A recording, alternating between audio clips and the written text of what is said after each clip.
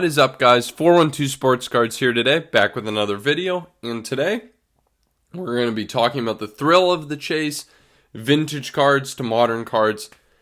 Apologies in advance, my voice is a little nasally. The pollen's getting the better of me, but we pushed through. I just want to recap for you guys, the fun of collecting cards is the thrill of the chase for a lot of people. In modern day, we often chase cards that are expensive, cards that are SP. But the chase is very different in vintage, and I want to use that to kind of build to get us to a better understanding of maybe how it can work in modern. So in vintage, the chase isn't just the card. It's not just I want this card. It's finding the card. You might be chasing a certain card, like say like a 1965 Hank Aaron, but you're chasing it in a grade, PSA 6. But you don't want just any PSA 6 often. You want a PSA 6 that suits your eye, that's centered like you want, that has the registration you want. And you've thought through, okay, I'm willing to give and I'm willing to take. Maybe I'm willing to give on the corners. Maybe I'm willing to give on the condition of the surface on the back. But I need to prioritize as much as I can get at a PSA 6, centering and registration on the front. This is part of the chase. It's part of what makes cards so fun. I've got to show off this card. Shout out Pastime Sports. This is what inspired me to make this video. Saw this randomly. A PSA 1 Willie Mays, 1967 Topps. Was I looking for this card to actively buy? No, that is true.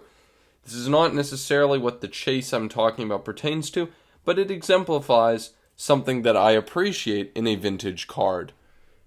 For a PSA 1, this card looks quite nice to the eye.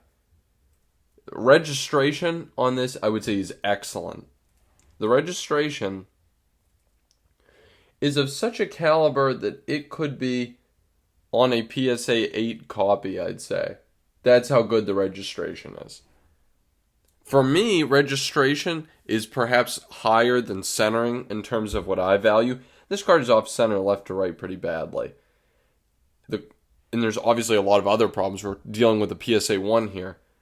But I can look past that a lot because I enjoy registration so much. It's the chase of what makes a card fun and appealing to you. In vintage, it's so easy. It's the stacking up of what on a Beckett slab you'd look at the subgrades. That stuff matters.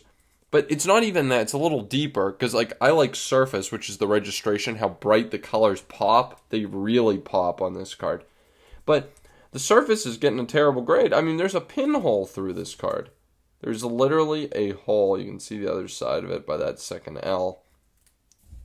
This card has a hole in it. The back is actually in pretty nice condition. It's off center, right? You can see how much fatter this side is than this side. Corners are kind of roughed up. There's a little bit of a crease. You probably can't see it, but it runs through here. But the front of the card looks awesome, right? And often this is what I look for. I look for these same qualities when I'm buying vintage cards, when I'm hunting them.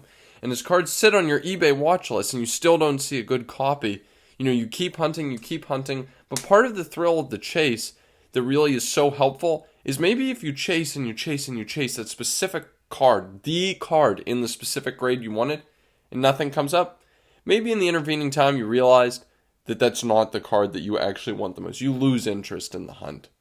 Shows you maybe that card wasn't meant for your collection. And it's wonderful to learn that before you buy.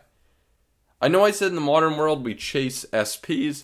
Back in the day, you guys might remember when those Genesis mosaics were a huge chase.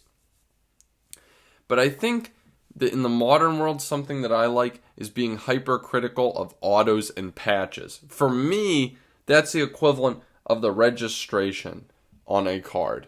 It's the stuff that really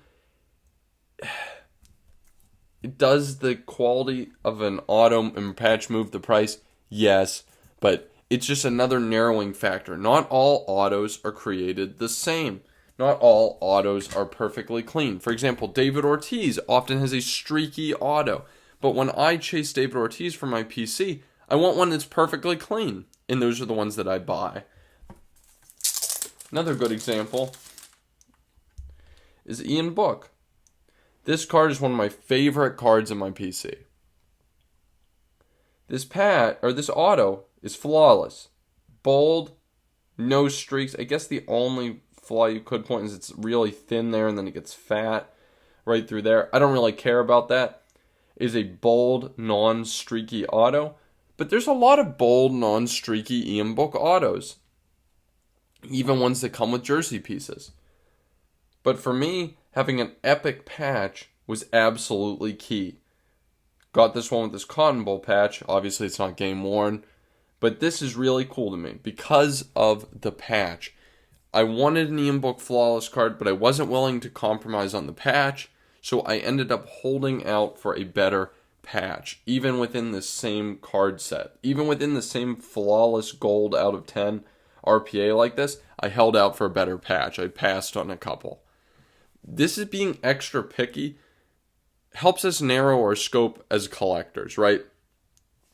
I like buying David Ortiz autos, but I only buy the ones that are perfectly clean. I wanted an Ian Book Flawless patch auto, but I wanted to wait until I saw a patch that was really, really nice. Being picky helps us narrow our collections, and it helps us save a little money in the process. Maybe you learned you actually didn't need something before you go out and buy it. Maybe it just helps you delay purchases, which is good for keeping up your bankroll, keeping from getting your spending out of control. Anyways, regardless of all those factors, it's something that I love about the hobby. It's something that I enjoy. It's what makes it fun for me, and I hope it's something you guys enjoy. Anyways, if you enjoyed my video, drop a like, drop a sub, and I'll catch y'all next time. See ya!